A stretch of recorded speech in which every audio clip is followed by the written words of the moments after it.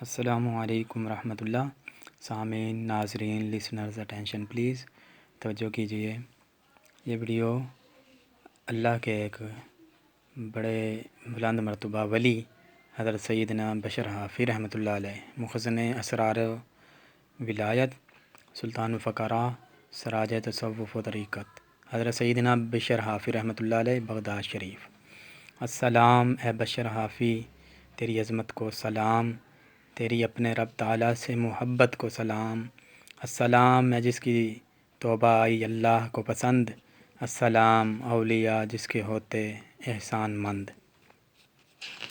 حضرت بشر حافی رحمۃ اللہ علیہ کی مختصر شان حیات پیش کرنے لگا ہوں۔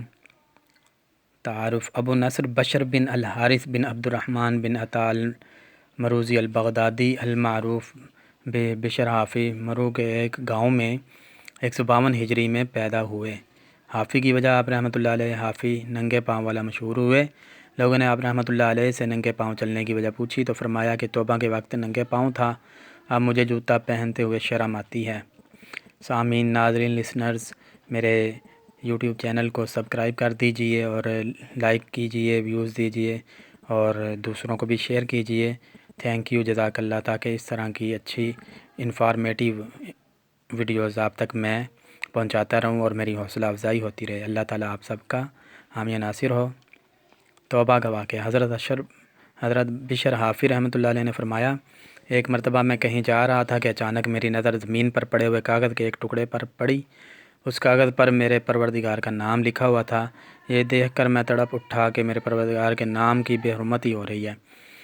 میں نے فوراً بصد عقیدت و احترام وہ کاغذ کا ٹکڑا اٹھایا اور سیدھا نہر کی طرف چل دیا۔ وہاں جا کر اس کاغذ کو اچھی طرح دھویا۔ اس وقت میرے پاس 5 دانک تھے۔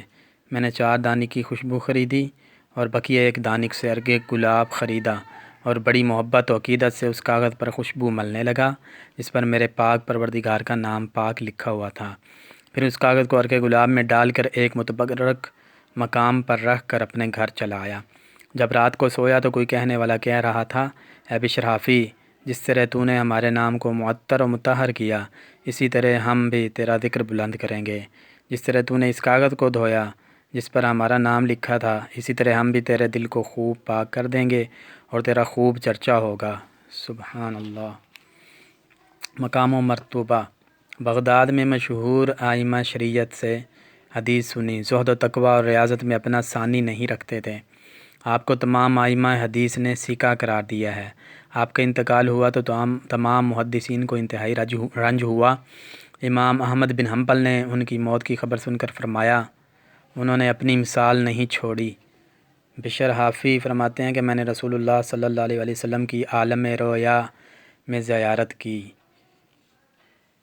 آپ نے فرمایا، اے بشر، کہ تو جانتا ہے کہ اللہ تعالیٰ نے تیرے ہم عصروں پر تجھے کیوں رفعت دی؟ میں نے عرض کی کہ یا رسول اللہ، میں نے نہیں جانا۔ آپ نے فرمایا، فَإِتَّبَاعَكَ لِسُنَّتِي وَخِدْمَتَكَ لِلصَّالِحِينَ وَنَصِيحَتَكَ لِأَخْوَانِكَ وَمُحَبَّتَكَ لِأَصْحَابِي وَأَهْلِ بَيْتِي وَهُوَ الَّذِي بَلَّغَكَ مَنَازِلَ الْأَبْرَارِ۔ میری سنت کی اتباع کے سبب اور صالحین کی خدمت اور برادران اسلام کو نصیحت کرنے کے سبب اور میرے اصحاب و اہل بیت کی محبت کے سبب اللہ تعالیٰ نے تجھے پاک لوگوں کے مرتبہ میں پہنچایا۔ وفات: 227 ہجری میں وفات پائی۔ بعد از وفات: حضرت بشر حافی رحمۃ اللہ علیہ کے انتقال کے بعد ایک اللہ والے نے خواب میں دیکھا اور پوچھا کہ اللہ تعالیٰ نے آپ کے ساتھ کیا معاملہ؟ فرمایا کہ مجھے میرے مالک نے بخش دیا، اور فرمایا کہ اے بشر، کیا تجھے مجھ سے شرم نہیں آتی کہ تو مجھ سے اس قدر ڈرتا ہے؟ اللہ اکبر۔ سامعین، ناظرین، لسنرز، دیکھیے، یہ ہے شان اور کردار، بلند کردار اللہ والوں کا۔ تو اس طرح کی اور بھی اچھی ویڈیوز دیکھنے کے لیے میرے چینل کو سبسکرائب کر دیجئے۔ تھینک یو، جزاک اللہ۔ اپنا اور اپنے ارد گرد والوں کا، اپنے قریبیوں کا، اپنے مخلصوں کا خیال رکھیے۔ اللہ تعالیٰ آپ سب کو خوش رکھے۔ اللہ تعالیٰ آپ سب کو دین دنیا کی نعمتوں سے نوازے، اور اللہ تعالیٰ ہم سب کا، آپ سب کا حامی و ناصر ہو۔